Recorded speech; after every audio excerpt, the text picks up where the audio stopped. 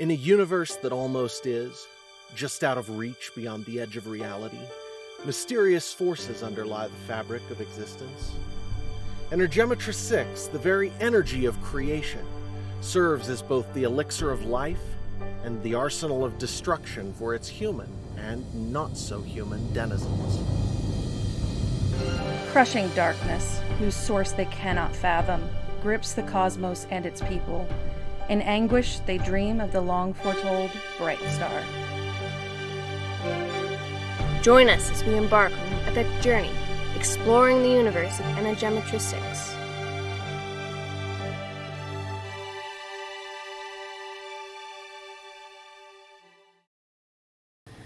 And it looks like we are correctly live everywhere we should be, finally, this time. So they did fix their custom feeds, which is also good.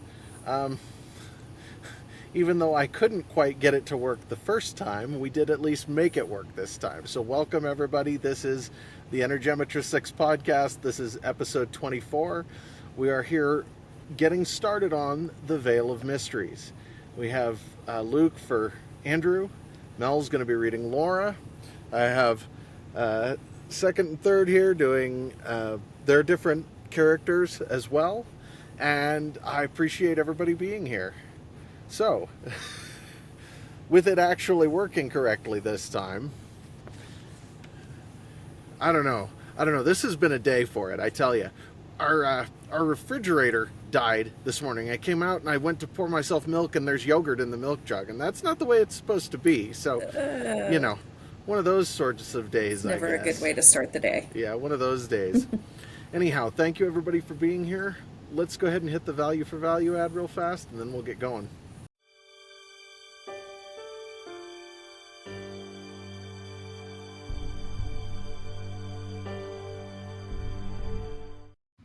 The Energematrice 6 podcast operates on a value-for-value model. That means that we hope if we provide some value to you in your life, that you'll return that to us in whatever way you can manage. If you're interested, head over to e6universe.com and sign up for our email list to get our free ebooks and hopefully buy a physical book or some merch while you're there. Or if all you can manage right now is to leave us a good review somewhere, 5 stars or some kind of positive rating, that's more than appreciated. Thank you.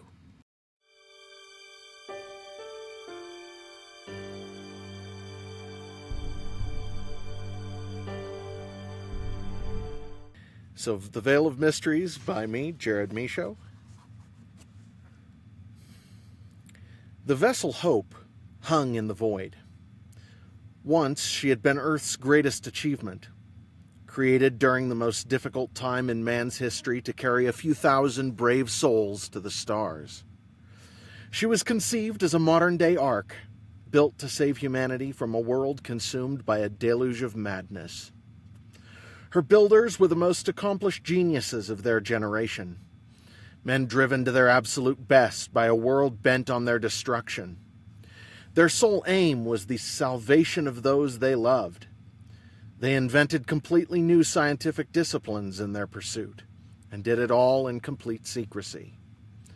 All the while, their opponent, the most powerful tyrant in the history of their world, hunted them relentlessly with the most advanced tools his age had to offer. Hope's construction concluded with the most desperate first flight in the history of astronautics, proving once and for all her inventor's competence and dedication. She escaped, the sole survivor of their small fleet. That battle had left its marks upon her hull, but by the Lightmaker's grace she prevailed, carrying her precious cargo to a new home in what they thought was an entirely different universe from their own. The ages since had passed with an unrelenting metronome pace, while Hope languished. The light of the remote sun around which she orbited shone with unwavering brilliance upon the impossible dust cloud that protected the entire star system. 3,000 years had come and gone, as her creators would have reckoned it. Still she circled, all but forgotten, through the least frequented solar system in her new galaxy. In the time that followed the escape, Hope's name once again gained new meaning, even as she aged into senescence, for she had become home to the guardian of the remnant, the universe's most powerful energematrist. Hope was the guardian's sanctum, and when he disappeared, he left within her objects so powerful the galaxy would have braved even the veil of mysteries that protected her to gain them, had they known. They had not known, however, and the departed master's gift remained undisturbed, as did Hope's other passenger, the passenger that even the master had not understood when he found it. He had been far too powerful then, too well disciplined for it to show its true nature. He, after all, might have found a way to destroy it, or to hide it forever. So it had remained quiescent, waiting. If Hope had truly been as alive and intelligent as her once passengers fondly imagined, she might have felt the darkness at her heart. But she didn't. Heedless of the passage of time, she carried her cargo through the void, waiting for the one called Bright Star. Prologue. It felt like being stuck in sucking mud inside his own mind. Every time he tried to shift his attention, to pull free, he was wrenched back into dull blankness. He swam in a lake of soft, heavy darkness, drowning in it, and he couldn't get his head above water no matter how hard he tried. He fought it as best he could, pulling himself toward clarity, over and over, as the weight of his own consciousness sucked him back. It took hours, he thought. Or maybe it was days. Or only seconds. Whatever the vision's timescale might have been, his mind slowly, ever so slowly, began to clear. Even from the beginning, he knew somehow that he wasn't awake. It was like a dream that wouldn't release him, but at the same time it was too real. He was thinking clearly enough to know he wasn't awake. That was something. It had taken what felt like an age for him to remember his name, or that he had a name. It was still dreamlike enough that the next thought came very slowly. He was Nate, but where was he? Why was he here? The darkness pressed in upon him, and at first he was afraid. He knew somehow, instinctively, that pain was waiting for him. At first he shied away. Hadn't he had enough pain? But his resolve strengthened. This wouldn't be like before. He could barely remember what before was, but he would not run away. Never again. He focused, pushed himself forward. After a time, when he focused as hard as he could, he saw something. The view came in pulses, and there was a blinding pain with each wave. If he could have gritted his teeth, he would have, but this dream wouldn't allow it. Through the pain, he saw a boy beating his head relentlessly against a wall, hands clenched over his ears. Each smack of the boy's head assaulted Nate with a new wave of pain. The familiarity of the scene was eerie. He didn't know what it meant, but he should. He should know. The feeling was so deep that he couldn't doubt or question. It left him with a sinking sensation in the pit of his stomach, and in that moment he didn't know why.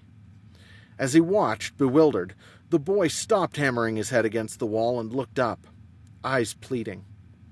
Those eyes were familiar. Who was this poor, wretched boy? What was he doing here? Then he remembered, and the sick feeling in the pit of his belly blossomed into full life. He remembered who he was, and seeing himself from the outside, he felt pity. Not self-pity, exactly, but the pity he would have felt for another in his own place. He was truly a wretched human being. He reached out to offer succor. Anything had to be better than this. As he reached, what he saw was almost like a reflection on water. The boy's arm came up, reaching out toward him. It was like looking at himself. Then it dawned on him. There was no one here but him. It was then the duality of his current state cleared, and he remembered what it was like to sit on the floor, rocking, unable to focus, thoughts jumbled. He found himself weeping helplessly, hopelessly. There was nothing but tragedy here. He was seeing himself as others must, and it was unbearable. What was a wreck like him good for? There was no question that it was his own memory, but now that he remembered it, he wished he hadn't. The pain and despair almost drove him away again into the darkness. Almost. In that, his moment of greatest despair, he was buoyed up by a strength greater than his own. It was peace and certainty, and as the boy before him, the vision of himself came clearer, Nate did not shrink from it. Then he saw something new. He was on a beach, and there were footprints in the sand. The footprints led away far into the distance, and for the first time he felt a stirring of hope. Those footprints marked the path he must follow, and so he rose and stepped out into a new world. Part 1. Sanctuary. Interval.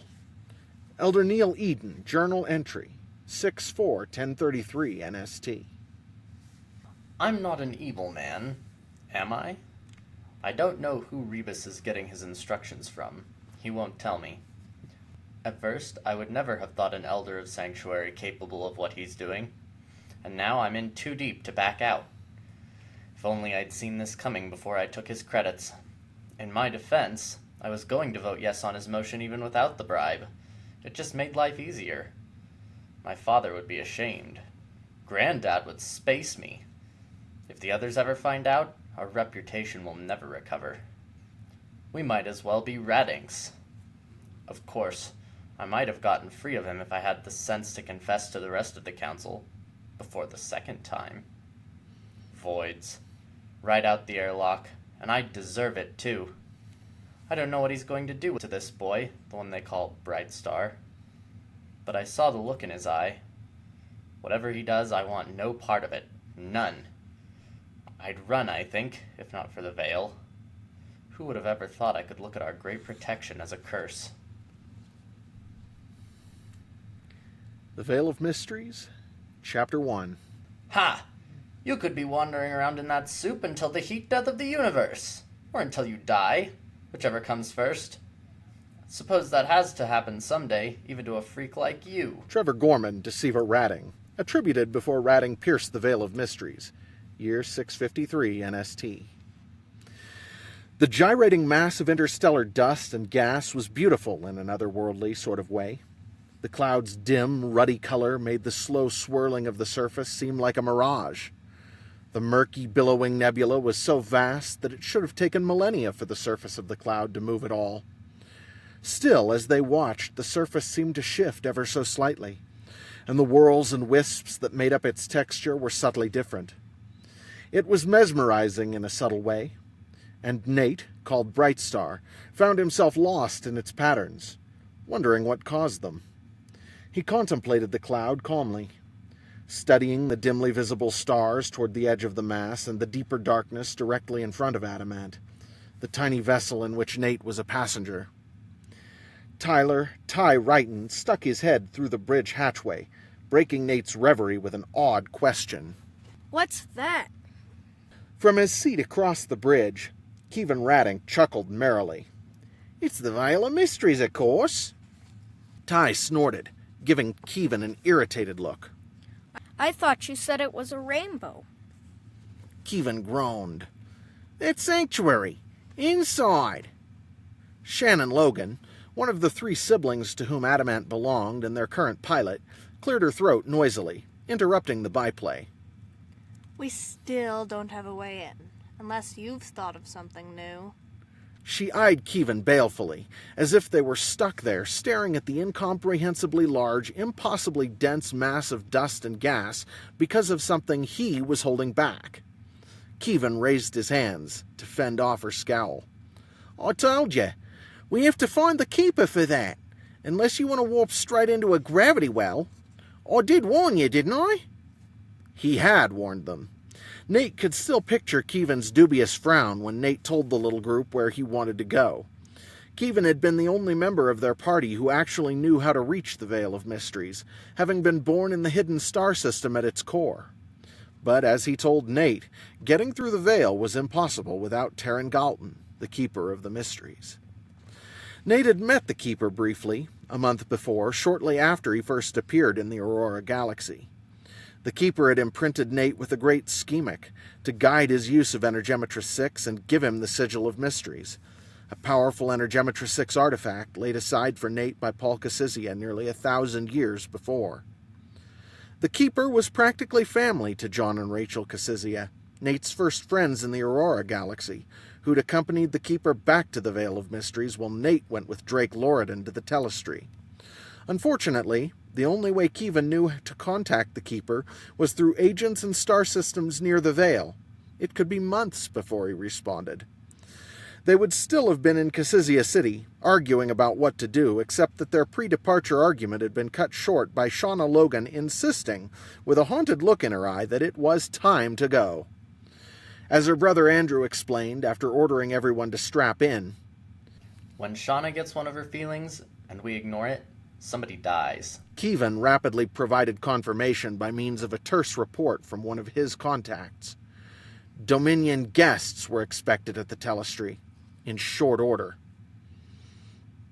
Adamant left immediately, without even taking time to sell the bulk of the salvage they'd gathered from Resolute, Adamant's sister ship. Dubiously, Kevin had pointed them in the direction of the Vale of Mysteries with repeated warnings that it was completely impenetrable. That left them, a day later, staring at the massive, impossibly dense nebula, arguing among themselves once again. After they activated Adamant's retin drive and the inertial sump's gravity stabilized, allowing them to walk around, Ty and Kevin both expressed their relief that the ship actually had artificial gravity, which drew a snort from Shannon along with a sardonic, Oh, you think we're savages? Her terse instruction to go sleep while they traveled evoked a shocked stare from Ty, along with Kevin's assurance that it would take at least a week to reach their destination, and it might give them a chance to figure out how to get in. Shannon had laughed at them, claiming the trip would take a maximum of 15 hours if she didn't cut through the edge of the abyss. Now, with a cloud before them, Kevin returned Shannon's stink eye with an annoyed look of his own. A tense moment passed before Shannon sighed peevishly. I'm going to sleep. Shauna, you take the helm. She shot another glance at Kevin and grumbled, If you figure anything out, you can wake me. Whatever you do, don't go in without me. As she rose to leave, Nate held up a hand to stop her, frowning thoughtfully at the dark cloud, while his other hand absent-mindedly fingered the sigil of mysteries hanging around his neck. I think maybe we should go in there. He turned to Shauna, who had settled into her own control station. How far could we get and still get back out safely again? Shauna shrugged and was about to respond when Kevin shook his head, almost angrily this time. You can't do that. It's impossible to navigate. They say it shouldn't even exist. The whole abyssal veil defies the laws of physics. The dust's so thick, sensors can't see more than a light minute, except in spots next to stars where it's cleared out. Our eyes will only show us maybe a unit or so. Shauna was frowning, and she shook her head slowly. That's more than 30 light years across. How do we navigate? How do we even tell where the stars are in there? Kevin turned to her in obvious relief. You don't. And not normally. For us? He shrugged. It's like a great big dust cloud with gravity balls all over it that'll kill us if we get too close to them. Finding anything inside is practically impossible. You can't orient. The veil was made to stop anybody getting in. Only the Keeper knows how to do it. Either we get his help or we point in the right direction and hope real hard, then probably die anyway. He shook his head and glanced dubiously over at Nate. Unless Nate has any bright ideas. Nate didn't respond immediately, frowning at the veil and continuing to stroke the sigil absently. Eventually, Laura Gilvers asked, How far in could we go without getting lost? If we knew the coordinates of our destination, could we just point it in the right direction and go straight there? In the 2 days since they had rescued her from Adamant's sister ship, Resolute, Laura had recovered remarkably. Her cheeks no longer looked sunken, her skin had regained a healthy shade of pink, and her voice was strong. The only obvious sign of her nearly month-long imprisonment was her unwillingness to be alone, even while she slept. She had been bunking in Shannon's cabin thus far and showed no desire to speak of what happened aboard Resolute before they found her. None of them could blame her, and they all saw the tension around her eyes when she thought no one noticed. That tension relaxed when she looked at Nate, presumably because he had faced and destroyed the Changed that held her captive and murdered her family. Killing a Changed was a rare feat, but no one had ever banished the shade that controlled one before. Nate had. Kevin shook his head in response to her question, tossing his universal positioning tool back and forth from one hand to the other. It all moves. Can't tell you why or how, but you can't just aim for Sanctuary and go straight in. Space isn't flat in there. Andrew looked at Nate levelly. Brightstar, are you sure you want to do this? Nate returned his gaze and nodded slowly. I think we have to. Andrew nodded back. You haven't steered us wrong yet. Go ahead, Shauna. Nate shot Andrew a wry look, but he didn't countermand the order. When they passed into the edge of the great cloud, space behind them lit up in a brilliant reddish hue, fracturing into a rainbow of color around every light source. Ty grinned. Well, it's scenic, isn't it? After 10 minutes had passed, Shauna turned to Nate worriedly. You have to tell me what you want me to do now. If we go any further, I have no way of navigating at all. Kevin's right. Everything's moving around. I can hardly tell which way we came from. They all stared ahead in silence at the featureless brown mass of dust for another long minute. Then Nate laughed aloud. When everyone turned to stare at him, he shook his head, still chuckling. After a moment, he reached inside his shirt and pulled out the Sigil of Mysteries. Then, with the chains still around his neck, he released the sigil. Instead of falling straight down toward the floor, it fell straight toward the window in front of them, bouncing slightly as the fine chain went taut. Nate turned back to Shauna and raised an eyebrow. The Keeper answered the question for us, it looks like. It's a bit unconventional. I don't have much doubt where it's pointing, though. Think you can follow it? Shauna smiled and shook her head. Dead reckoning would be better than that. At least I can guess at a heading, maybe. Nate nodded thoughtfully and opened his mouth to speak, but Shannon was staring at the sigil, and she asked, Can you make it send out a beam of light? Right out to the tip? Nate glanced over at her and smiled at the sparkle of excitement in her eyes. I think so. He concentrated, and almost at once a brilliant, hand-sized patch of glare sprang into being on the main window where the pendant was pointing. Ha! Shannon jumped up from the seat she'd been in at the back of the bridge and hurried to her console. A moment later, she looked at Nate and asked, Can you make the beam any smaller? How small would you like it? He raised his eyebrows, still smiling. However small you can manage without losing intensity. She didn't look up from her console. As he concentrated and shrank the bright spot from the size of his palm to something about as small as the head of a pin, the brightness actually increased. That'll do fine. Shannon said, then a moment later added, Everyone close your eyes. Everyone except Ty must have done as she asked, because he was the only one who yowled, Ow! Shauna's resulting giggle was contagious, and everyone else started chuckling too. Kevin opened his eyes when he laughed, as evidenced by his own similar exclamation. Void, Shan! I'm going to be blinking away sports for a week! Shannon snorted. Warned you. Then after a bit more grumbling, she added, Okay, you can open your eyes now. Nobody stand up while you're staring at the window, though. When his eyes opened, Nate couldn't see anything had changed at first. Then he glanced behind him. A brilliant tracery of lines crisscrossed the back wall of the bridge. Nate, we need you to hang your sigil right there. Shannon pointed at a spot about an arm's length above the backs of the seats. It was the brightest point on the wall where the spiderweb of light came together to a single clear convergence. He stared thoughtfully at the spot. Pretty sure it doesn't work unless I'm wearing it. It didn't. Nate tried taking the amulet off, and as soon as he released the chain, it became a dim crystal, obeying the ship's gravity as everything else did. After some experimentation, they discovered that what worked best was simply to have Nate hold the chain at the correct point and allow the pendant to fall toward the window, causing the light from the gem to point their way forward. Shannon turned to Shauna. I've set it up, sis. You'll have to adjust your heading by where the light is hitting the window. But this will get us close. photo filters in the window can read the gem's light, and it'll give you a heading and declination. She smiled in a self-satisfied way. Shauna spent a few minutes adjusting their course until the light from Nate's amulet pointed steadily toward the exact center of the window, well above their heads. Meanwhile, Nate found his arms were tiring rapidly. After holding the pendant in precisely the same position for almost 10 minutes, Nate asked, "Could we take readings or something? I'm not sure how long I can hold this, but I'm sure the trip's going to take a while." Shannon shrugged.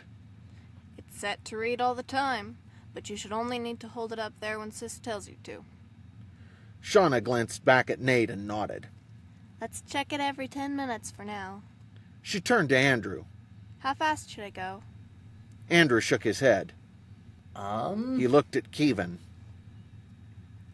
How far out does the dust clear from these stars? Kevin tapped his chin with his UPT. Maybe a light hour, maybe more. Depends. Andrew grimaced. Not much. He shook his head again. We need more than 3 seconds to see a star coming at us. And in that soup, we're going to be making one monster of a bow wave. Shauna frowned thoughtfully. You're right, but what if we can make that work for us? Andrew frowned back, but cocked his head questioningly. What do you mean? Shauna was already busy at work. We can set it up for feedback. The more dust we burn, the faster we can go. Should slow us down in time if we run into any clear areas. Shauna got quiet for a moment, then said, Remember? Dad told us the Retin drive actually feeds on space junk. She smiled, her face sad in a distant way, but still focused on her task. How long will it take us to get there? Ty asked. Depends on how far into this muck we have to go. Andrew replied, looking at Kevin questioningly. Kevin shrugged. Most of the time, Sanctuary's within a couple of light years of the Vale Center. Usually. Remember, space isn't flat in there. Andrew shook his head. Going to take at least a day or two. Even with Shauna's trick. If we push too hard, we're toast. We can only stop so fast. It turned out that crossing the Vale was supremely dull for anyone not in the navigator's seat. For Shauna, then Andrew, then Shannon after she'd slept, the trip was nerve-wracking. The constant laser focus with which they had to watch the instruments, darting their eyes to the forward view from time to time to look for any break or slackening in the muck, left them exhausted after only an hour or two. The fact that such care was necessary was never visually obvious to those who watched from the back of the bridge, because the view of their meteoric bow wave, plowing a short-lived tunnel of light through the muddy blackness outside, never changed. Because they had to take turns navigating, they knew the trip would take several days. Andrew quickly put together a watch rotation. They ran Adamant on a 24-hour day, a fact no one remarked on until most of the group was getting ready to head for the galley for food. In a puzzled voice, Ty asked, I thought you were from the Milky Way. What schedule do ships there run?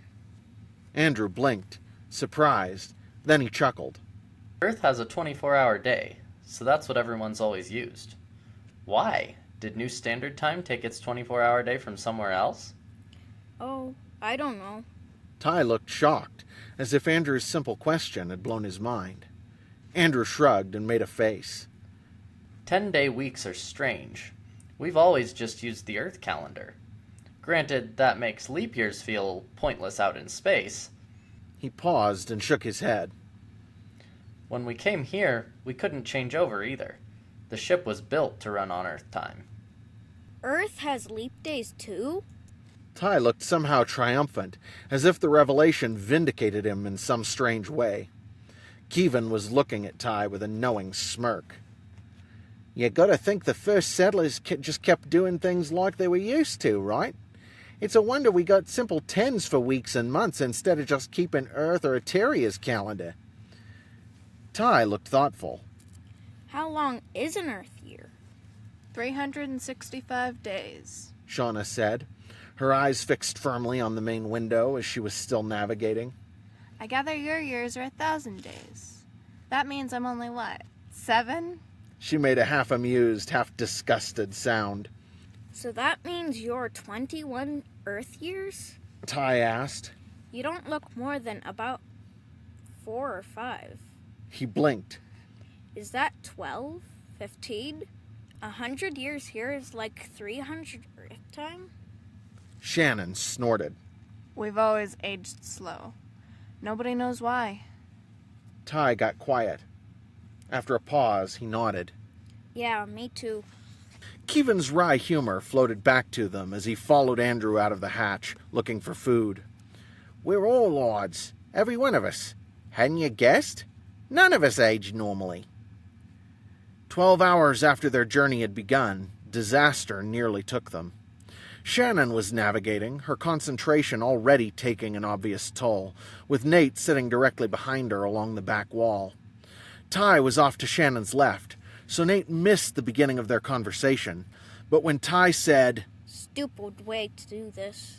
it caught Nate's attention. Shannon, obviously on edge from focusing constantly on the path ahead, turned to snap back just as Ty reached for her control panel, obviously intent on fixing whatever issue he thought he saw. What do you think you're... Shannon's voice was outraged. Just then, the clouds ahead broke apart and a dim, glowing orb swallowed the left side of their forward window. Before they could react, it was already gone, racing past them so close it took Nate's breath away. Shannon turned back in time to see it, and without finishing her sentence, she returned to her navigation, gulping audibly. Ty froze, his fingers still touching the surface of Shannon's control board. It took Nate a moment to fully process what had happened. Once it sank in, he turned to Ty, fire in his eyes. Are you trying to kill us? I Ty gawped at him, then closed his mouth and shook his head. Were you actually trying to change something on her system? Nate asked. Besides which, if she doesn't focus, we're dead. Ty winced and hunched his shoulders, still silent. Nate stopped very still, staring, then said tightly, Ty, is this really how you want to act? Like an 8-year-old? You constantly play the kid brother. I know you don't look it, but you're more than 20 years old. You told me so yourself. Is this really who you are? Ty just looked at Nate for a long moment. Then he opened his mouth to speak, but nothing came out. Nate shook his head. You are who you choose to be, even more than you are what other people see in you. Nate stopped again, then he said quietly, Stay off the bridge, Ty, unless you can be helpful. Ty nodded and fled. Shannon remained silent, her eyes glued to the window. After that, everyone on the bridge kept their eyes glued to the window, and Andrew, Shannon, or Shauna sat with a hand hovering over an emergency stop on the console. As the hours dragged on, Nate and the others felt more and more useless, until 16 hours after they'd entered the Vale, Laura suggested that they take turns sitting at another control station to provide a second pair of eyes. Nate and Keevan quickly agreed.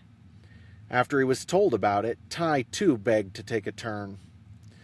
They all tired quickly, sitting watching the window with nothing to do while they imagined instant death flashing toward them had a nerve-wracking quality all its own. Only Nate seemed to enjoy being on the bridge. For some reason, the ship's fiery bow wave, showing up as a bright haze outside the window, and the surrounding Vale, soothed him. The tension and difficulty that had so closely attended his time at the Acrolucum, the Telestry School for Young Energematrists, and the trauma of his battle with the Changed, turned quickly into a strange peace. Even when Nate used his ability to see Energematrice 6, the power that underlay the universe, the dust outside was a homogeneous blur. The ship around Nate was blindingly clear, just as he had come to expect from his Energematrice 6 perceptions, and he could focus on any detail to understand everything completely, down to a molecular level. Outside, though, the dust seemed a blur, its individual particles difficult to pick out in the haze. Once or twice, Nate thought he felt something else on the very edge of his perception, but when he tried to focus on it, the feeling melted away. The Vale seemed like home to him somehow. despite its dreariness, and it left him in a contemplative, strangely relaxed mood. Because he had to check their heading, at first every 10 minutes, then after they determined they were staying on roughly the correct course, every hour or so. Nate napped at the back of the bridge instead of going to the compartment Andrew had assigned him. After he'd gotten a few hours of sleep, interrupted so he could help adjust their course with the sigil, Nate finally went to find food himself. The ship's galley was a short walk around Adamant's radius, in the direction away from the airlock. He admired the greenery growing on the inside arc of the corridor as he walked. Somehow, the contrast between the Vale outside and the white corridor wall, covered in greenery, gave him a near-perfect mental balance. Adamant had been created by people who spent most of their time in space, and it definitely showed. The galley opened off the corridor to Nate's left, and it wasn't nearly as big as Nate had expected. There were only seats for 8 people total, and they all could have stood around the interior easily if Shauna and Kevin weren't currently on watch together.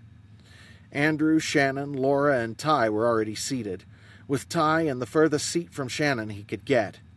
Ty was subdued, his normal cheerfulness in abeyance, but he still smiled when Nate greeted him. Shannon, too, was friendly enough toward Nate.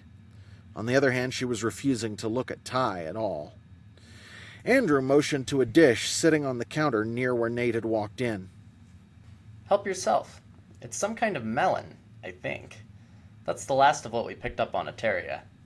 Other than that, all we have left is fruit and other produce from Shauna's garden. It'd be enough to keep us going, but it gets old fast. Nate nodded, grabbing a plate from a rack on one wall and serving himself. As he sat down, he realized Shannon had been waiting for him. She looked up with fire in her eyes and pointed at Ty. He has no judgment or discipline. He nearly got us all killed yesterday. Carl Winton or Dad would space anybody who did what he did. The whole group was silent, with Laura staring at Shannon in shock. Andrew shot Nate a questioning look, as if to ask whether he should step in. But Nate shook his head minutely, and Andrew held his tongue. Neither Ty nor Shannon seemed to notice. After a long silence, Ty spoke up. I'm really sorry. I won't do anything like that again. You never should have done it in the first place. Shannon said, real vitriol in her voice, then added, And you really shouldn't have been there anyway. She shot a half-embarrassed look at Nate, but scowled at Ty all the harder. Ty looked at Nate miserably, but his somber, weary nod looked almost comical on an 8-year-old's face as he said, I shouldn't have done it. I'm sorry, Shannon. He got up awkwardly then and left the table, heading out the way they'd come. The rest of the group was silent for a long time. Shannon had actually started to fidget before Nate said softly, Shannon, you're going to have to decide what you want more. Do you want to get rid of Ty or to keep me? I don't throw people away because they mess up. He smiled crookedly. And that goes for you too, you know. Shannon nodded in acknowledgement, and Laura, looking uncomfortable, tried to change the subject. I like your corridor garden. It has so much more variety than ours did, even though I think ours was bigger. Andrew smiled. Shauna has a real green thumb. She's anima attuned, and she has a knack with plants. There'd be no way to keep so many kinds healthy without her. Laura looked over at Shannon, frowning. What's your attunement? I don't think you've ever told me. Not like we were close, really, but... She shrugged. Shannon gave a rare smile. Pyric. Thankfully, I've got a useful specialty. I've always liked engines. That's where I learned how to do engineering stuff. I'm not exactly a geotic, but I can get by. Andrew nodded. I don't know what we'd have done without her. Dad was a geotic, and he taught her a lot before... His lips twisted, and he shrugged. I'm nephilic. Not sure what I'd have a talent for. Never had any particular knacks. Guess people listen to me sometimes. Laura nodded back with a sad, sympathetic smile. I'm aqueous. She looked uncomfortable, but after a moment she blurted, I've got a talent for psi. Andrew whistled, and Shannon frowned. Laura hurried on.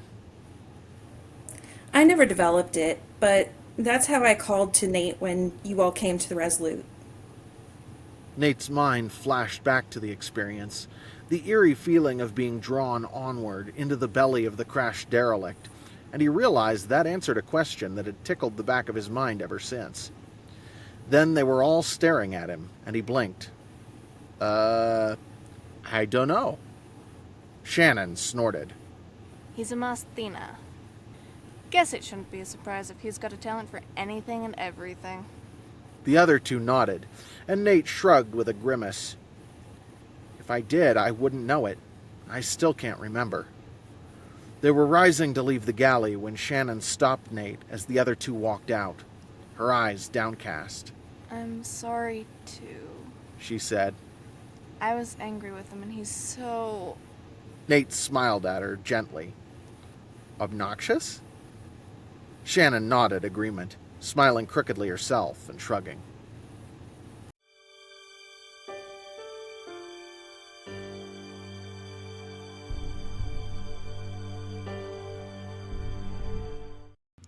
The Energematrice6 podcast is made possible by North Arrow Coffee.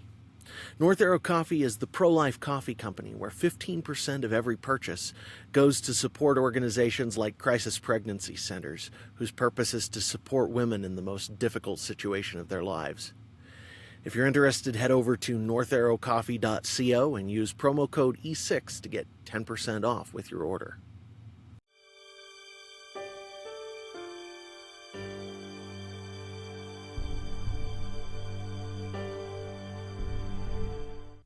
The advertisements featured did not necessarily represent my endorsements or views. And that ends Chapter 1 of The Vale of Mysteries. And thank you for being here, everybody, all of our listeners. Thank you, Luke. Thank you, Mel. Thank you, second and third. You both did good. And I guess we'll catch everybody next week.